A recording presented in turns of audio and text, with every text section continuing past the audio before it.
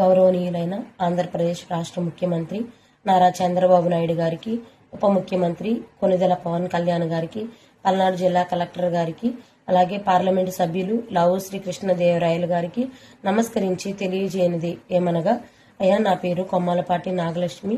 నేను BSc BEd వరకు చదువుకున్నాను. మాది నల్లగార్లపాడు గ్రామము, రొంపిచెర్ల మండలము, పల్నాడు జిల్లా. అయితే నేను నల్లగార్లపాడు గ్రామంలోని కిరణమయ వివోకి వివోఏగా గత 7 సంవత్సరాలుగా పనిచేస్తూ ఉన్నాను.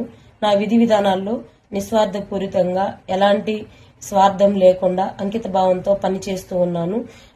నా మీద ఎలాంటి ఎలిగేషన్స్ లేవు. నేను ఎప్పుడూ కూడా ఎలాంటి తప్పు చేయలేదు. గత 7 సంవత్సరాలుగా నేను ఈ వృత్తిలో కొనసాగుతూ ఉన్నాను. అయితే గత 2 నెలలుగా నన్ను కొంతమంది ఇబ్బంది పెడుతూ ఉన్నారు. వారు ఎవరనంటే, రొంపిచెర్ల మండల ప్రెసిడెంట్ అయినటువంటి పల్లెల నాగిరెడ్డి గారు, అలాగే రొంపిచెర్ల మండల ఏపీఎం గారు నన్ను ఈ వృత్తిలో నుంచి తప్పుకోమని ఎంతో ఒత్తిడికి గురి చేస్తున్నారు. కారణం ఏంటంటే, మీరు టీడీపీ పార్టీ వాళ్ళు కాదు అని చెప్పేసి అని అంటున్నారు. మా అన్నయ్య రొంపిచెర్ల మండల జనసేన ప్రధాన కార్యదర్శిగా పనిచేస్తూ ఉన్నారు. అయితే నన్ను 2 నెలలుగా తీవ్ర ఒత్తిడికి గురి చేస్తూ ఉన్నారు.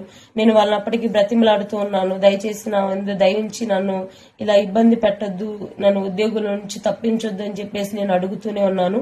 అయినప్పటికీ నన్ను ఎంతో ఒత్తిడికి గురి చేసి నన్ను తీసేయాలని చెప్పి చూస్తూనే ఉన్నారు. అయితే గత కొద్ది రోజులుగా నేను అనారోగ్యంగా చాలా ఇబ్బందులు ఎదుర్కొంటూ ఉన్నాను. నేను 7 సంవత్సరాలుగా ఈ ఉద్యోగం మీద ఆధారపడి ఉన్నాను. నా జీవనాధారం ఇదే. ఉన్న పలంగా నన్ను ఈ ఉద్యోగుల నుంచి తీసేస్తే నేను నా జీవనాన్ని కొనసాగించడానికి చాలా కష్టంగా ఉంటుంది. నాకు హాస్పిటల్ మెడిసిన్ కానీ జీవనానికి కానీ ప్రతి ఒక్కటి నేను దీని మీదే ఆధారపడి ఉన్నాను.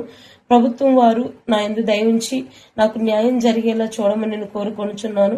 మరొక విషయం ఏంటంటే, నేను వివాహం జరిగి నాకు 14 సంవత్సరాలు అవుతుంది. ఈ 14 సంవత్సరాల్లో నేను ఇప్పుడు గర్భవతిగా ఉన్నాను. నాకు ఇది 8వ నెల. అయితే వీళ్ళు పెట్టే ఒత్తిడిని నేను తట్టుకోలేకపోతున్నాను. ప్రభుత్వం వారు గత వారంలో సెల్ ఫోన్స్ ఇచ్చారు.